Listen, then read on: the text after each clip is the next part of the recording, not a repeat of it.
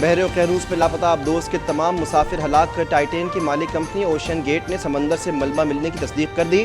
اعلان کیا کہ بدقسمت آبدوز میں سوار 5 سیاح جان سے جا چکے ہیں۔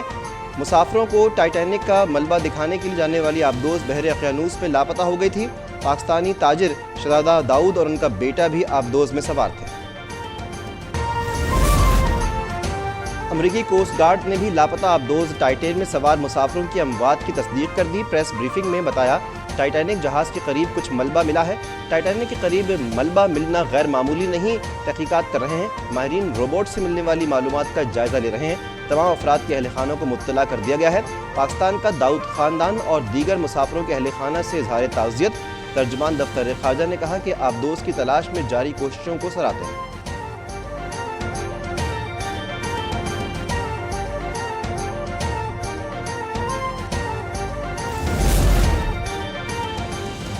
فرانس کے صدر ایمانوئل میکرون کا نئے عالمی معاہدے پر سربراہان مملکت کے اعزاز میں عشائیہ وزیراعظم شہباز شریف کی پیرس میں الیزے پیلس آمد۔ صدر میکرون اور خاتون اول نے وزیراعظم شہباز شریف کا پرتپاک استقبال کیا۔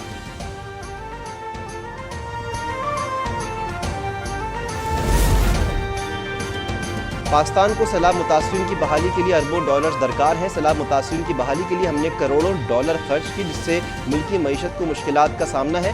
وزیراعظم شہباز شریف کا پیرس میں نیو گلوبل فائنینسنگ پیکٹ سمٹ سے خطاب، کہا کہ جب تک عالمی سطح پر معاشی انصاف نہیں ہوگا دنیا خطرے میں رہے گی۔ وسائل کی منصفانہ تقسیم کے حوالے سے پالیسی مرتب کرنا ہوگی۔ فرانس میں وزیراعظم شہباز شریف اور سعودی ولی عہد کی ملاقات، دو طرفہ تعلقات اور باہمی دلچسپی کے امور پر تبادلہ خیال۔ وزیراعظم کی فرانس اور مصر کے صدور اور امریکی صدور کے نمائندہ خصوصی جان کیری سے بھی ملاقاتیں۔ وزیراعظم اور اقوام متحدہ کے سیکریٹری جنرل انٹونیو گوتیرس کی بھی بات چیت۔ IMF کی مینیجنگ ڈائریکٹر سے اسٹاف لیول معاہدے پر تبادلہ خیال کیا گیا۔ پاکستان بالخصوص بلوچستان کی ترقی نواز شریف کے دل کی آواز ہے۔ انتخابی ٹکٹ نظریاتی، وفادار اور محنتی رہنماؤں اور کارکنان کا حق ہے۔ چیف آرگنائزر نون لیگ مریم نواز کی جام کمال سے گفتگو۔ مشکل ترین حالات کے باوجود وزیراعظم شہباز شریف نے 1150 ارب روپے کا ترقیاتی بجٹ دیا۔ ملک کا معاشی استحکام، غربت، بے روزگاری اور مہنگائی کا خاتمہ اولین ترجیح ہے۔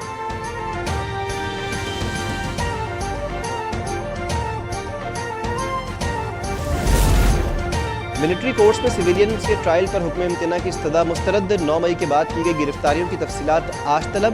وزیراعظم شہباز شریف، وزیر داخلہ، وزیر دفاع کو نوٹس جاری۔ تمام چیف سیکرٹریز اور IGs کو بھی نوٹسز۔ سپریم کورٹ نے سویلینز کی فوجی عدالتوں میں ٹرائل کے خلاف درخواستوں پر پہلی سماعت کا تحریری حکم نامہ جاری کر دیا۔ فوجی عدالتوں میں سویلینز کے ٹرائل کی سماعت کے آغاز پر ہی 9 رکنی بینچ ٹوٹ گیا۔ جسٹس قاضی فائز اور جسٹس طارق مسعود بینچ سے الگ۔ جسٹس فائز نے کہا کہ پریکٹس اینڈ پروسیجر کیس کے فیصلے تک ہر بینچ غیر آئینی ہے۔ چیف جسٹس نے سماعت کے لیے 7 رکنی بینچ بنا دیا۔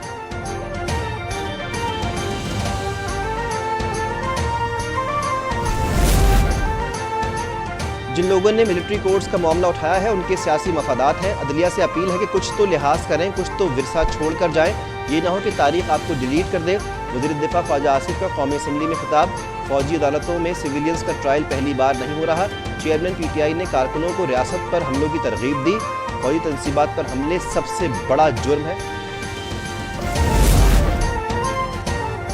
9 مئی کی شرپسندی پر غلام سرور خان اور ہمایوں اختر خان کا PTI چھوڑنے کا اعلان۔ سابق وفاقی وزیر غلام سرور کی جانب سے 9 مئی کے واقعات کی مذمت۔ شرپسندی میں ملوث عناصر کو نشان عبرت بنانے کا مطالبہ۔ ہمایوں اختر بولے کہ قیام پاکستان سے آج تک ہمارے خاندان کا پاک فوج سے لازوال تعلق قائم ہے۔ شہید اختر عبدالرحمان جس فوج کے جرنیل تھے اس پر ہمیں فخر ہے اور ہمیشہ رہے گا۔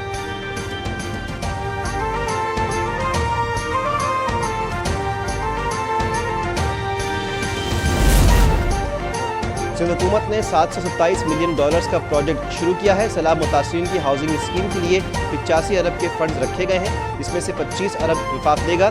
وزیر خزانہ اسحاق ڈار کا قومی اسمبلی میں اظہار خیال۔ قومی اسمبلی کے باہر وزیر خزانہ IMF سے مذاکرات کے سوال پر غصے میں آ گئے۔ سیکیورٹی عملے سے کہا کہ سوال کرنے والے صحافی کا موبائل لے کر پھینک دو۔